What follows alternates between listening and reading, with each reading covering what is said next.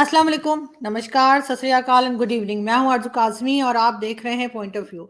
हमें जी आज ज्वाइन किया है वसीम अल्ताफ साहब ने और हम उनको सुनते रहते हैं डिफरेंट चैनल्स के ऊपर और बड़ी ज़बरदस्त किस्म की बात किया करते हैं। बहुत शुक्रिया सर कि आज आप आए, thank you so much. Thank you Aarzoo. Sir आज हम जरा बात करेंगे, एक तो पाकिस्तान की बात करेंगे कि किस तरह से जो है वो पाकिस्तान की सिचुएशन हम देख रहे हैं खराब से खराबतर होती चली जा रही है, चाहे इकोनॉमी को ले लीजिए, चाहे फॉरेन पॉलिसी को ले लीजिए। लेकिन जब हम बात करते हैं डिफरेंट लोगों से अपने शोज में, तो लोग यही कहते हैं कि पाकिस्तान को इस वक्त जरूरत है कि उसकी जितनी भी कंट्रीज के साथ बॉर्डर लगते हैं, चाहे वो चाइना है, चाहे वो इंडिया है या ईरान, अफगानिस्तान, सबके साथ टर्म्स अच्छे होने चाहिए। लेकिन हो ये रहा है कि हम यही देखते हैं कि एक बार फिर DGISPR प्रेस कॉन्फ्रेंस करते हैं और उसमें वो इंडिया को तड़ियां लगाते हुए या धमकियां देते हुए नजर आते हैं। तो सर आखिर ये लोग भारत के साथ टर्म्स को बेहतर क्यों नहीं करते, जबकि ये चीज हमारे ही फायदे में है? देखिए, एक अजीब किस्म का एक एक विशस एक ट्रैप है जिसके अंदर हम फंस चुके हैं। और जो भी कोई इंडिया से दोस्ती की बात करे उसको कहा जाता है कि ये मोदी का यार है, उसको कहा जाता है ये गद्दार है, उसको कहा जाता है कि ये इस मुल्क का वफादार नहीं है। हमारे पॉलिटिकल लीडर्स भी यही बात करते रहे हैं, करते हैं। हमारे जो इस्टेब्लिशमेंट है, खसूसन सिक्योरिटी इस्टेब्लिशमेंट है, वो भी ये समझते हैं कि उनका फरीजा है कि सबसे पहले उन्होंने दुश्मनी ही की बात करनी है। तो ये तो एक हमारे यहाँ एक ट्रेंड या एक एटीट्यूड डेवलप हो चुका है। अच्छा, अब मेरा ख्याल ये है कि जब आप भारत दुश्मनी की बात करते हैं तो एक तरीके से इनडायरेक्टली आप अपनी हुबुल वतनी साबित कर रहे होते हैं कि जनाब हम चूंकि इंडिया के दुश्मन हैं, इसलिए आप हमें मुहब्बे वतन समझें। और वो लोग जो कि इंडिया के साथ दोस्ती की बात करते हैं उनको एक बड़े एक नेगेटिव एक अंदाज में पेश किया जाता है। तो बेसिकली ये सब जो है ये पब्लिक कंजम्पशन के लिए ये बातें की जाती हैं, लोगों को बताने के लिए जी कि हम मुहिब्बे वतन हैं, लिहाजा हम भारत दुश्मनी की बात कर रहे हैं। लेकिन हकीकत ये है कि अब जो दौर है उसमें आप अपनी जो रीजनल कंट्रीज हैं, जो आपके बॉर्डर्स जिनके साथ लगते हैं, नेबरिंग कंट्रीज हैं, उनके साथ दुश्मनी रख के आप कभी भी प्रोग्रेस कर नहीं सकते। अब देखिए यूरोप में क्या ट्रेंड चल रहा है कि अब तो आपको ये भी पता नहीं चलता कि एक मुल्क का बॉर्डर कहाँ खत्म हुआ और दूसरे मुल्क का बॉर्डर कहाँ से शुरू हुआ। और उनमें इतनी ट्रेड एंड कॉमर्स में इतनी कॉपरेशन हो रही है, इतना वो आपस में इनकी एक्सपोर्ट्स और इंपोर्ट्स एक मुल्क से दूसरे मुल्क में वो आ जा रही हैं। अभी हम जो इस प्रोग्राम से पहले बात कर रहे थे कि किताबें तक नहीं आ सकती, रिसाले अखबार, जो ऑनलाइन मैगजीन्स हैं, न्यूज़पेपर्स हैं, वो सब इन्होंने ब्लॉक किए हुए हैं। यानी मतलब आप कहीं पे भी दुनिया में ऐसा नहीं है कि आप वो चीजें जो आपके फायदे में है, जो आपके मुल्क के लोगों के फायदे में है, उनको आप ब्लॉक कर दें। तो बस बेसिकली ये एक एक फैशन बन गया है कि एनमिटी की बात की जाए, लोगों को एक दूसरे से जुदा रखा जाए और उनको वही चीज फीड की जाए जो कि स्टेटस को मेंटेन रखती है। तो सब्सटेंस तो कोई नहीं होता इन बातों में, लेकिन ये बातें फिर भी की जाती हैं। और मालूम नहीं कब इन लोगों को समझ आएगी कि यार इन बातों का कोई फायदा नहीं है, हमने आगे जाना है, हमने इकोनॉमिक फील्ड में तरक्की करनी है, ट्रेड एंड कॉमर्स को हमने बढ़ावा देना है। इंडिया और चाइना का ही आप देख लें कि उनके बॉर्डर डिस्प्यूट्स हैं, उनके बहुत से इश्यूज हैं, लेकिन इसके बावजूद 120 बिलियन डॉलर की तिजारत हो रही है।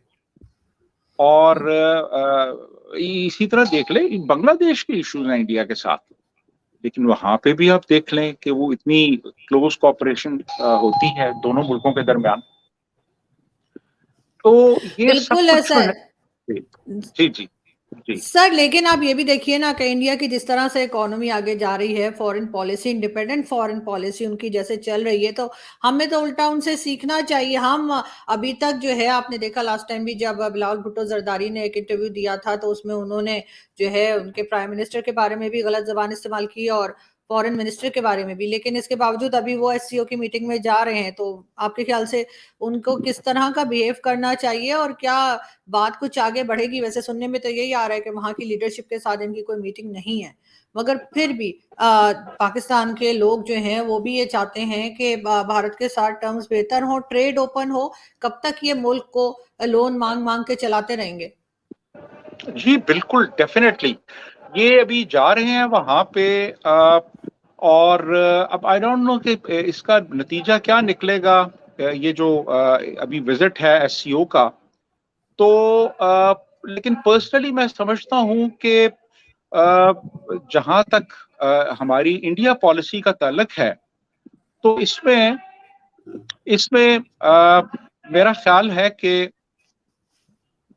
कोई खास डेवलपमेंट के चांसेस मुझे नजर इसलिए नहीं आ रहे क्योंकि ये जो हमारी पॉलिसी है इसको कुछ और लोग तश्कील देते हैं। फॉरेन मिनिस्टर का तो बड़ा एक रोल, कह लें कि एक वाजिबी सा रोल होता है इसमें। वो स्क्रीन पे फॉरेन मिनिस्टर होता है लेकिन पॉलिसीज कुछ और लोग बनाते हैं, और जब तक उन लोगों में ये रियलाइजेशन नहीं आएगी कि हमने इंडिया के साथ ताल्लुकात बेहतर बनाने हैं और यही हमारे फायदे में है। अगर यही ले लें कि 130 करोड़ लोगों की वो मार्केट है जो हमें दस्तयाब होगी, पहली बात। और दूसरा आप ये देख लें कि अगर हम ये जो राहदारी देते हैं उनको, हम्म, और वो इंडिया ट्रेड शुरू करता है, उसको एक पैसेज वे मिल जाता है सेंट्रल एशियन स्टेट्स तक, अफगानिस्तान तक, तो उस पे जो हम टैरिफ कलेक्ट करेंगे, यानी जो उस पे हमें रेवेन्यू मिलेगा, वो ही आप सोचें कि यानी अ, एक अंदाजे के मुताबिक $30 बिलियन पर एनम है। हम्म, तो ये चीजें तो हमारे फायदे में जाती हैं, हमें कोई नुकसान नहीं है। आप देखें हमारा हमारी हमारा कल्चर, हमारी हिस्ट्री, हमारी पास्ट हेरिटेज, हर चीज कॉमन है।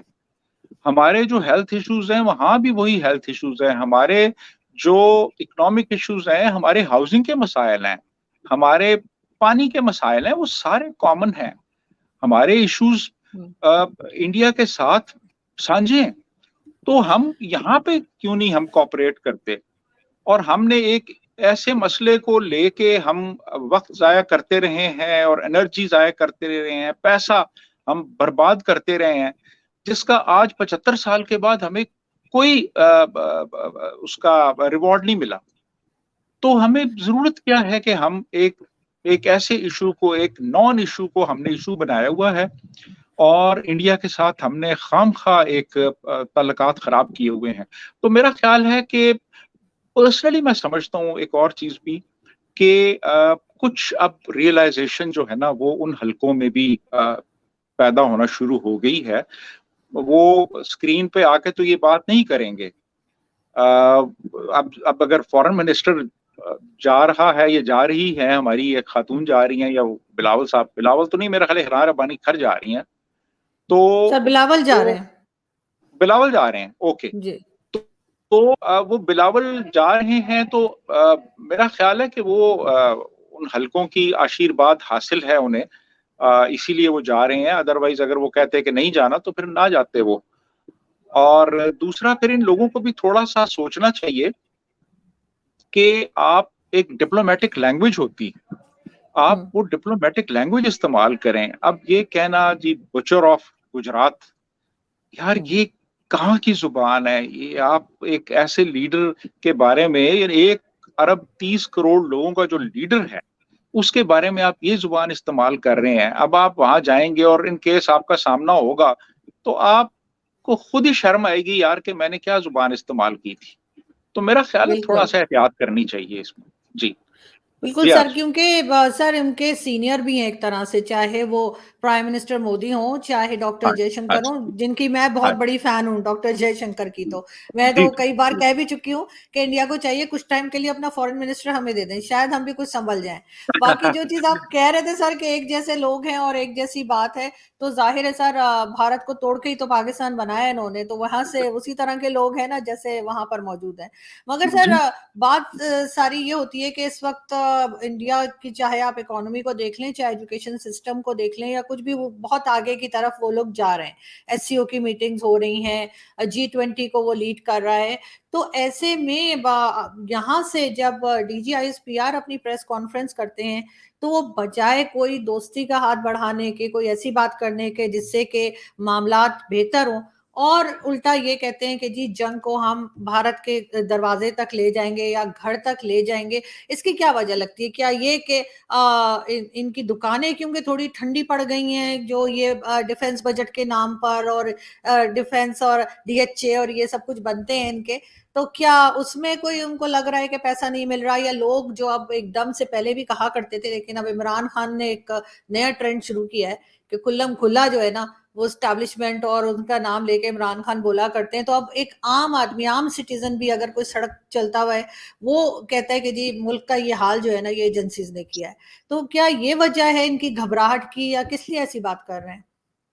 देखिए जी, बहुत सी वजूहात हैं। एक तो वो जो पहले हमने बात की कि वो अपनी अपनी अपना एक पैट्रियटिज्म जो है वो साबित करना, पहली बात। दूसरा, एक एक पब्लिक कंजम्पशन के यार हमारी पॉलिसी वही है, उसमें कोई तब्दीली नहीं आई और हम अपने असूली मौकफ, वो जो इन्वर्टेड कॉमर्स में, उसके ऊपर कायम है।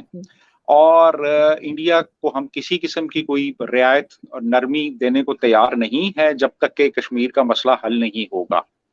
तो ये इस किस्म की बातें जो हैं ये की जाती हैं। और तीसरा ये भी है कि अपनी अहमियत का एहसास दिलाना कि जनाब वो तो जी अगर हम नहीं होंगे तो फिर वो अटैक हो जाएगा।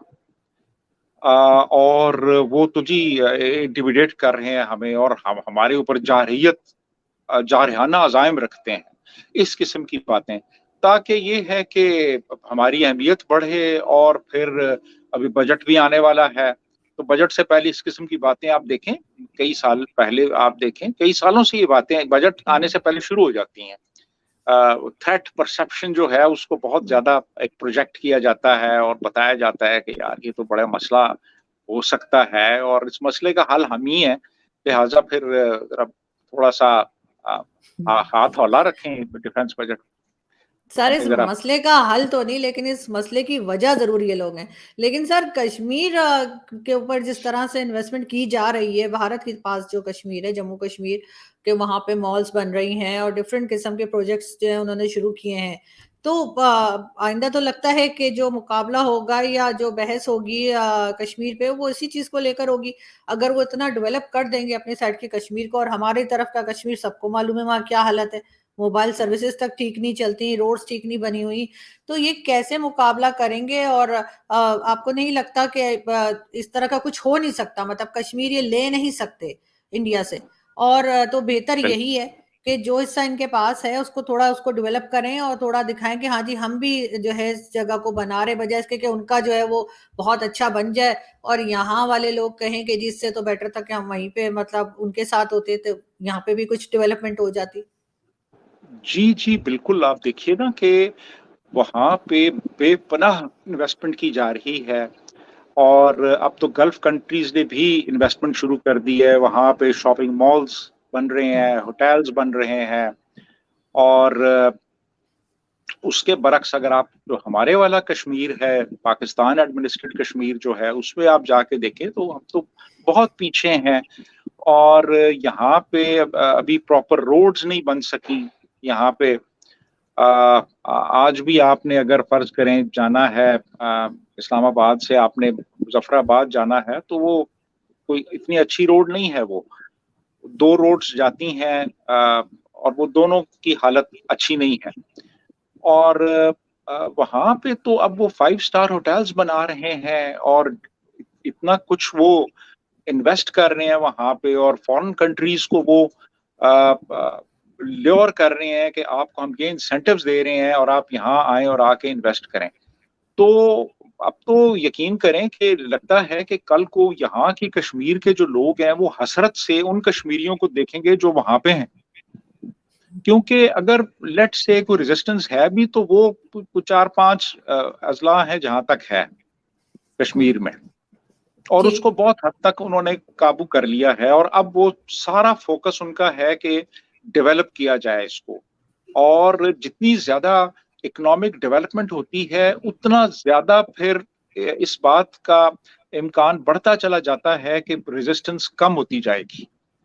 रेजिस्टेंस वहां पे होती है जहां पे के इकोनॉमिक इश्यूज ज्यादा होते हैं, वो उनको आप खत्म कर दें आहिस्ता आहिस्ता, वो तो फिर वो उस तरह वो रेजिस्टेंस भी नहीं रहती। तो इंडिया बड़ा फोकस कर रहा है इसके ऊपर, इस पर। बिल्कुल ऐसा ही है, लेकिन सर दूसरी तरफ पाकिस्तान में अगर हम देखते हैं तो ना तो इनसे इकोनॉमी काबू में आ रही है, ना ही सिक्योरिटी काबू में आ रही है। टीटीपी के भी हमने देखा किस किस्म के अटैक्स चल रहे हैं, और कहा तो यही जा रहा है कि जी ऑपरेशन शुरू कर दिए हैं इन्होंने। लेकिन आपको लगता है कि गवर्नमेंट इस वक्त जो गवर्नमेंट मौजूद है उसमें और पीटीआई में जो डायलॉग चल रहे हैं, क्या वो कोई नतीजा निकलेगा उसका? और ये टीटीपी की तरफ क्यों नहीं ध्यान देते? पूरी टाइम जब ये आए थे डीजीआईएसपीआर तो इन्होंने सिर्फ भारत का जिक्र किया, इन्होंने अफगानिस्तान बॉर्डर का कोई खास जिक्र नहीं किया। उसकी क्या वजह है? क्या वो इस्लामिक कंट्री होने की वजह से इस किस्म का जो हमारे यहाँ चूरन बेचा जाता है कि जी वो हमारे भाई हैं क्योंकि वो इस्लामिक कंट्री है, चाहे वो जितना मर्जी मार लगा रहे हो, लेकिन ये कि उनकी तरफ जरा हाथ वाला ही रखा जाता है अफगानिस्तान की तरफ। असल में जो हमारी अफगान पॉलिसी है ना, वो इस वक्त शदीद कंफ्यूजन का शिकार है। इनको समझ ही नहीं आ रही कि इन्होंने तालिबान के साथ कैसे डील करना है, टीटीपी के हवाले से इनका क्या स्टांस होना चाहिए, इनको समझ ही नहीं आ रही अभी तक। ये अभी तक कंफ्यूज्ड है। और ना सिर्फ ये अफगान पॉलिसी के हवाले से, जो हमारी इवन इंडिया पॉलिसी है, हमारी जो चाइना पॉलिसी है, हमारी जो अमेरिका के हवाले से पॉलिसी है, मतलब पूरी जो फॉरेन पॉलिसी है उसका अभी एक अजीब सा एक एक मलगूबा बन गया है। और उसमें से अब सिरा कहाँ से पकड़ना है और किस मुल्क के साथ कैसे ताल्लुकात रखने हैं, इनको यही नहीं समझ आ रही अभी तक। और हर कोई भांत भांत की बोलियां बोल रहा है। तो अब ये इनके लिए बहुत बड़ा एक दर्द सर बन चुके हैं ये, जो खास तौर पे जो टीटीपी है। अभी आप देखें ना कि पिछले कुछ अरसे में कितनी वारदातें हुई हैं दहशतगर्दी की। मतलब आप ये देखें कि 100 से ज्यादा हमारे पुलिस के जवान जो हैं वो शहीद हुए इधर पेशावर में। और इन्होंने कहा था जी अब ये एक एपीसी बुलाएंगे और ये डिस्कस करेंगे, और वो आज तक वो मसला हल नहीं, वो नहीं बुलाई जा सकी आज तक। तो इनको पता ही नहीं, इनको ये नहीं अभी तक तो ये तय नहीं कर सके जी कि इनको जो जंगजू कहना है, इनको दहशतगर्द कहना है, इनको अस्करियत पसंद कहना है इनको कहना क्या है, ये है क्या? इमरान खान साहब उस शख्स को जो इंटरनेशनल टेररिस्ट था, उसामा बिन लादेन, उसको वो शहीद कह रहे थे। बिल्कुल। तो ये एक अजीब किस्म का कंफ्यूजन है। और यकीन कीजिए इस वक्त हालात ऐसे हैं कि हम इंटरनेशनली मुकम्मल तौर पे आइसोलेट हो चुके हैं। कोई बिल्कुल। मुल्क हमारे ऊपर ट्रस्ट करने को तैयार नहीं है, ना अमेरिका, ना चीन, ना भारत, ना ईरान, ना अफगानिस्तान। हर मुल्क जो है वो हमें शक की नजर से देख रहा है। हमारी इकोनॉमी बिखर चुकी है। हमारे मुल्क के अंदर जो एक नेशनल इंटेग्रेशन थी वो मुकम्मल तौर पे उसका जनाजा निकल चुका है। सॉरी मैं ये लफ्ज इस्तेमाल कर रहा हूँ। हम्म। और यानी इवन इदारों के अंदर तकसीम हो चुकी है। आप जुडिशरी में चले जाएं, आप स्टैब्लिशमेंट की तरफ देखें, आप पीडीएम में देख लें, आम सोसाइटी में देख लें, घरों में देख लें, फैमिलीज तकसीम हो चुकी हैं। बिल्कुल। तो यानी ये हालात इस वक्त हमारे मुल्क के बन चुके हैं कि आपको किसी भी शोबे में आपको नहीं लगता कि हम आगे की तरफ जा रहे हैं, बल्कि पीछे की तरफ जा रहे हैं। हमारे तालीमी इदारे जो हैं उनमें अगर आप देखें तो वहां पे अजीब किस्म का सिलसिला है कि टीचर्स क्लासरूम्स में घबराते हैं लेक्चर देते हुए, यार कोई ऐसी बात ना मैं कर दूं कि वो स्टूडेंट कोई मेरी वीडियो बना ले और मेरे ऊपर कोई इल्जाम लग जाए। ये हाल हो चुका है। मदरसों में क्या हो रहा है अभी देख लें, वो क्या हुआ है एक बच्चे के जी, साथ। और बिल्कुल सर, ये चीज तो बढ़ती जा रही है सर। ये मदरसों में जो हरकतें हो रही हैं बच्चों के साथ, वो चीज तो रोज बरोज बढ़ती चली जा रही है। और उसके बाद कोई किसी किस्म का एक्शन भी नहीं होता, लोग डर जाते हैं बात करते हुए। कोई एक्शन नहीं होता। यही लोग हैं, यही मौलाना हजरात, किसी बेचारे पे कोई एक अनपढ़ आदमी है, उसने कोई कागज कहीं पे उसको हम्म, पता भी नहीं क्या लिखा हुआ है, वो हम्म, उसके हाथ से गिर गया तो उसको पकड़ के उस पे वो इल्जाम लगा देते हैं हम्म, और कि जी इसने तो तौहीन मजहब की है। और जब इस तरह बच्चों का रेप होता है या कोई अपनी बेटी के साथ कोई हम्म, ज्यादती करता है, या अभी आपने अभी हम्म, चल रही है, वो भी न्यूज चल रही है, वो जी, बंदा एक पकड़ा गया, जी, तो इस पे ये खामोश हो जाते हैं बिल्कुल। हाँ, इस पे इनको कोई तकलीफ नहीं होती। हम्म, वो ठीक है, लेकिन कोई बेचारा मसीही कोई हम्म, सफाई करने वाला, उसके हम्म, ऊपर इल्जाम लगा देंगे। कोई माजूर, ज़हनी तौर पे माजूर बच्ची, वो रिमशा हम्म, मसीह, उस पे इल्जाम लगा देंगे। हम्म। भट्टे में काम करने वाली औरत है, उस पे इल्जाम लगा देंगे, जिंदा जला देंगे, बस्तियां जला देंगे। सर वो वहां तो पे हमने सर हमने अपनी माइनॉरिटीज का भी बहुत बुरा हाल कर रखा है, चाहे वो हिंदू कम्युनिटी हो सर। वहां पे ये मियां मिट्ठू जो है सिंध में, ये हर साल 1,000 से ज्यादा बच्चियां अगवा करके ले जाता है, उनके मजहब जबरदस्ती चेंज करवा के शादियां करवा देता है। कोई आवाज नहीं उठती, सबको मालूम है, लेकिन सब चुप रहते हैं। अजीब सब सी चुप बात है। रहते हैं, सब चुप रहते हैं। यानी आप बात करते हैं जी कि जी माइनॉरिटीज के साथ बर्मा में क्या हो रहा है और हम्म, फिलिस्तीन में क्या हो रहा है और इंडिया में क्या हो रहा है, लेकिन आप जब अपने मुल्क की बात आती है तो आप खामोश हो जाते हैं बिल्कुल। हम्म, आप वो सुनना ही नहीं चाहते कि सिंध बिल्कुल। में हिंदू लड़कियों के साथ क्या हो रहा हम्म, है। आप सुनना ही नहीं चाहते कि जो हम्म, हजारा कम्युनिटी है बलूचिस्तान की, उसके हम्म, साथ क्या हो रहा है। जो हम्म, यहाँ पे हमारे मसीही बहन भाई हैं, हम्म, उनके साथ क्या बिल्कुल। सलूक इख्तियार किया जा रहा है। और मतलब हर एक के साथ जाके और शरारत करना, हम्म, शरारत। अब वो लाहौर में एक बस्ती है यूहन्ना, यूहन्नाबाद, क्रिश्चियंस हम्म, रहते हैं वहां। हम्म, अब वहां जाके तो स्ट्रीट्स के नाम लिख दिए जी, Abu Bakr hmm, street, Umar street, Usman street, Ali street, hmm, Khalid bin Walid street, ये इस तरह की है जी। और सिर्फ एक मतलब दूसरों को तंग करने के लिए, परेशान करने हम्म, के लिए। वो एक एमएस लाल साहब थे, मेंबर थे एफबीआर में। हम्म, तो वो कहते हैं, वो हिंदू थे, वो सक्खर के रहने वाले। तो वो बताते थे कि वो जब ये बड़ी ईद होती थी तो सखर में उनका जो घर था, तो वो, अब आपने अगर गाय को ज़िबा करना है तो आप एक साइड पे ले जाएं उसको।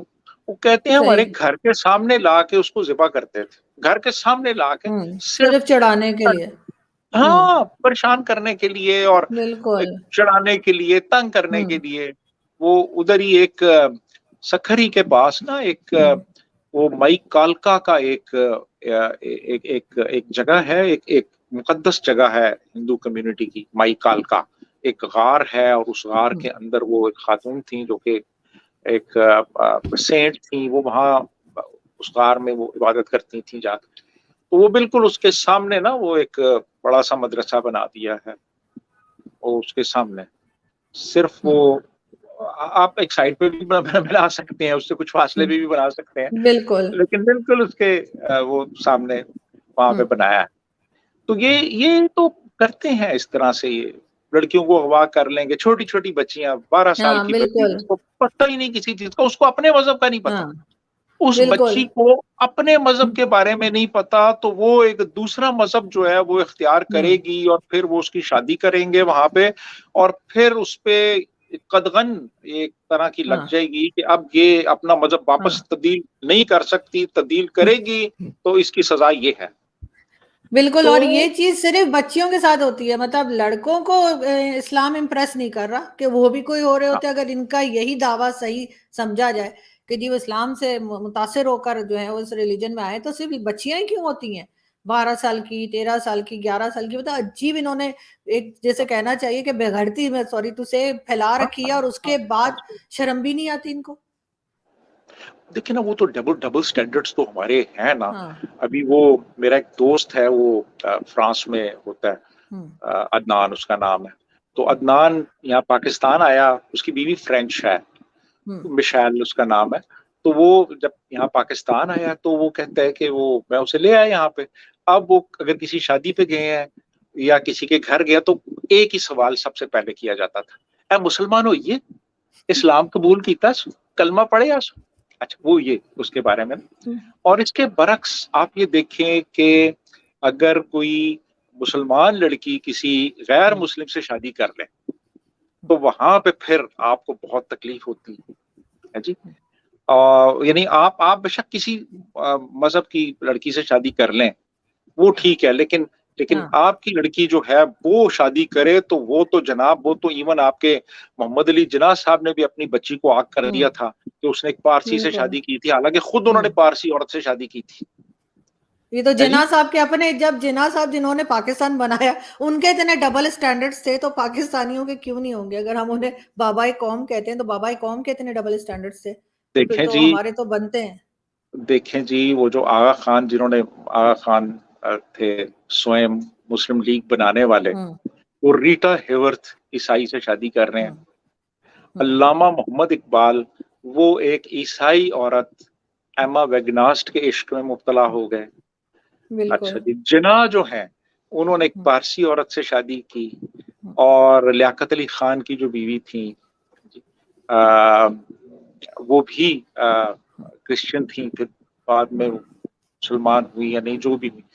तो मतलब ये कि इस्लाम के नाम पे जिन लोगों ने ये मुल्क बनाया, उनको इस्लाम में कोई एक भी लड़की नजर नहीं आई। मतलब ये हैरत की बात कि सब ने गैर मुल्की, हम्म। यानी यानी इस्लाम से बाहर की औरतों से हम्म। शादियां की।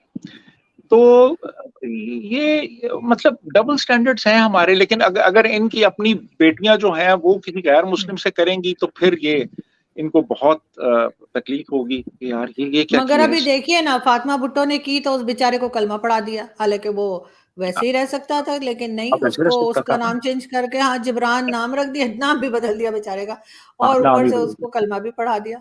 हाँ, हाँ, ऐसे ही ऐसे ही। तो ये तो है ना जी हमारे यहाँ। और आप वो देखिए, यूसुफ योहन्ना जो है, हम्म। यूसुफ योहन्ना के साथ कोई बैठ के खाना नहीं खाता था। हाँ। और फिर बिल्कुल। उसको अपना नाम बदलना पड़ा, उसको मोहम्मद यूसुफ अपना नाम रखना पड़ा। हम्म।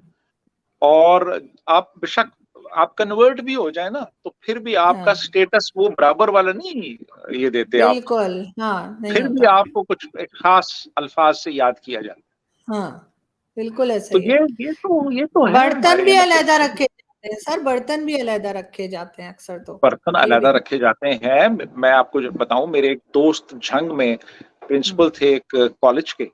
और हम्म। उसी कॉलेज में एक अंग्रेजी के प्रोफेसर थे जो अहमदी थे। तो हम्म। वो उनके जो बर्तन थे वो अलहदा रखे जाते थे।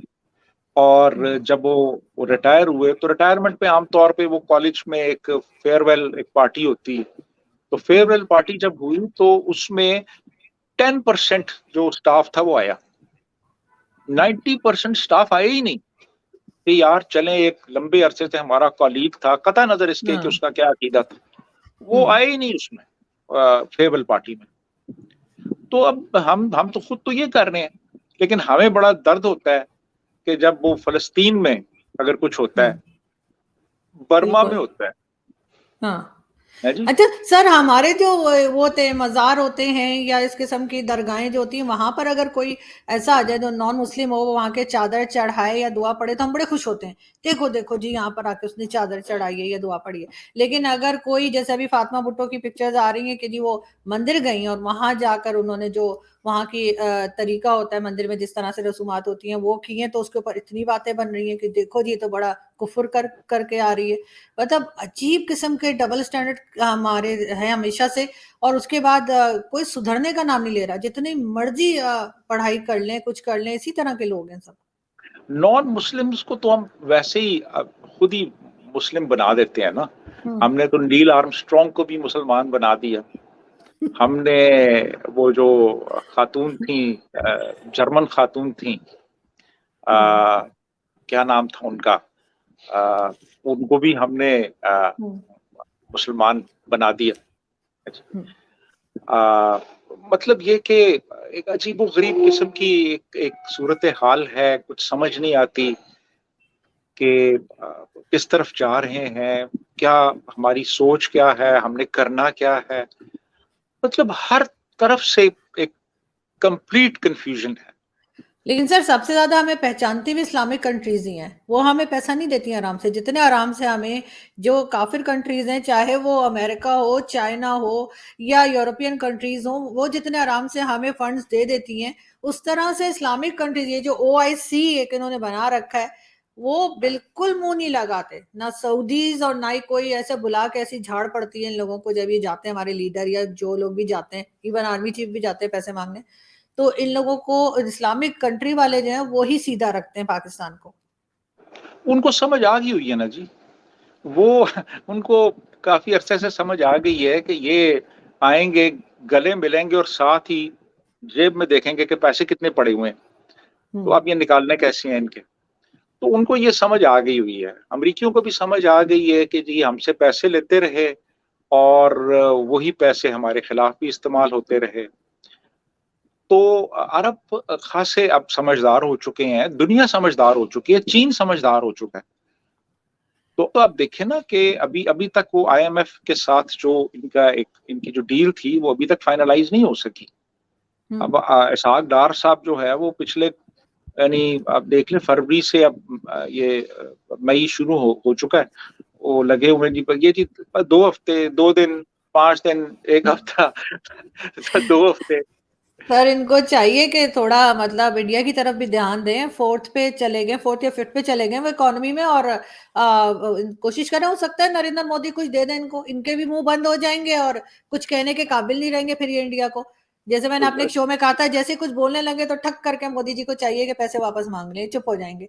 तो मेरा हाँ, ख्याल है ये आखिरी हरबा यही रह गया इंडिया से बदला लेने का, कि उनके पैसे लेके खा आखिरी जाए। आखिरी हरबा यही रह गया है। और वो बल्कि मेरे एक सोशल मीडिया पे, फेसबुक पे मेरे एक दोस्त है, वो कह रहे हाँ। थे यार कि अब $1 बिलियन के लिए आप लोग जाके हम्म। अमेरिका और IMF के सामने आप नाक हम्म। रगड़ रहे हैं यार।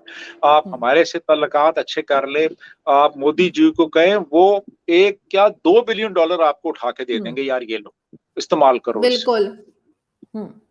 ये ले लो। ऐसा ही है, ऐसा है ही है। जी। हम्म। मतलब आपने, सर यानी वो बेचारे IMF से, वैक्सीन भी दे चुके हैं सर, कोविड वैक्सीन हो, कभी मेडिसिन हो, जिस चीज के लिए भी कभी पाकिस्तान को जरूरत पड़ी है तो भारत ने कभी पीठ नहीं दिखाई। ये तो हाँ हमारी जी, हिस्ट्री में कभी पीछे नहीं हटे। कोविड के जमाने ऐसे में ही भी उन्होंने वैक्सीन भेजी है। ऐसे ही जब फ्लड आता है तो ऐसे वो ही मदद करते हैं, अर्थक्वेक में वो ऐसे सामने ही खड़े होते हैं। हालांकि ऐसे ही। बेचारे, हम इससे आधी बात भी, आम लोग एक दूसरे को कह दें तो लोग एक दूसरे की शक्ल नहीं देखते हैं, लेकिन इंडिया के लोग ऐसा नहीं करते। लेकिन यहाँ इन लोगों को अकल नहीं आती।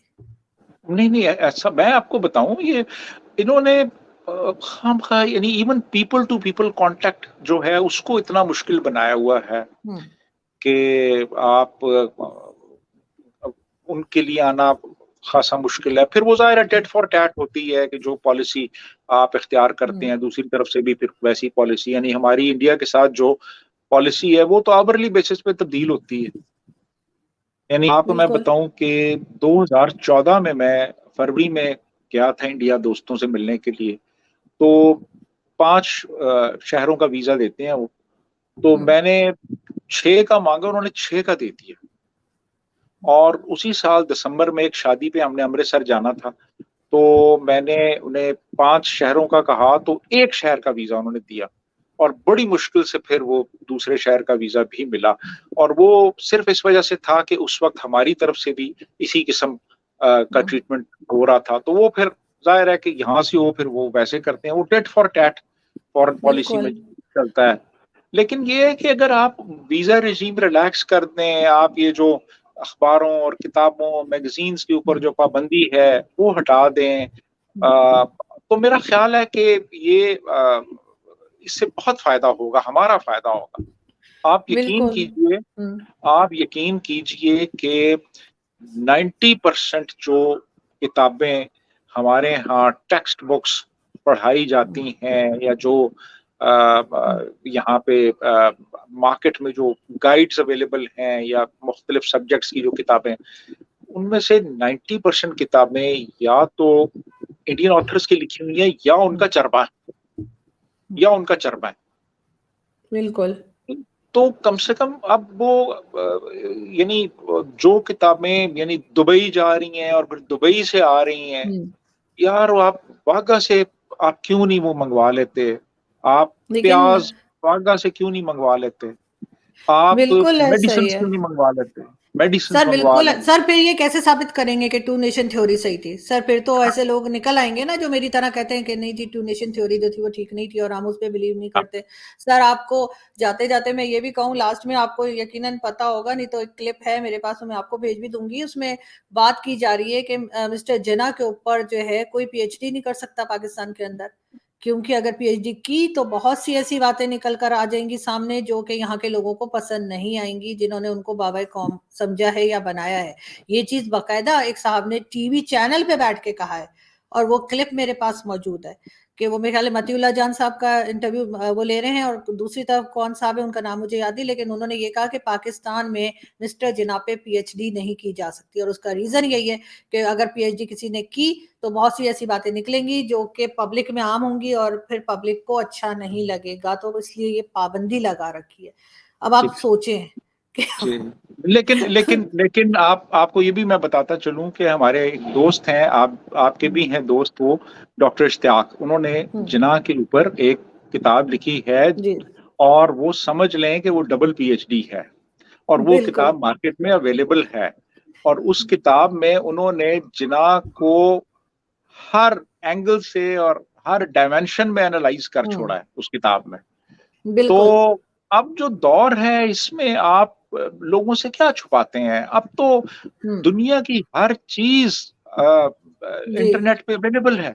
आप लोगों को बिल्कुल ऐसा क्यों ही। समझते हैं कि वो, अगर आपने चंद साइट्स बंद कर दी इंडिया की, या जी। आपने रिसाले नहीं आने दिए, हम्म, तो उससे आपका क्या ख्याल है कि किसी को कुछ पता ही नहीं चलेगा? किसी को यानी कोई कोई कोई सोर्स ही और नहीं है दुनिया में।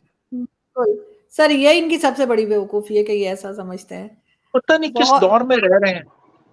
यहाँ पे सर जी, मैं बहुत शुक्रिया अदा करना चाहूंगी आपका, आपसे बातें करने में मुझे पता ही नहीं लगा टाइम का, और बहुत अच्छा लगा, और आई होप कि जल्दी दोबारा आपसे मुलाकात होगी और हम बहुत सी मजीद बातें कर सकेंगे और आपसे बहुत कुछ सीख सकेंगे। Thank you so much sir कि आज आपने ज्वाइन किया। थैंक यू वेरी बहुत मच, शुक्रिया। Thank you very thank much you sir. आरजू, बहुत शुक्रिया। Thank you.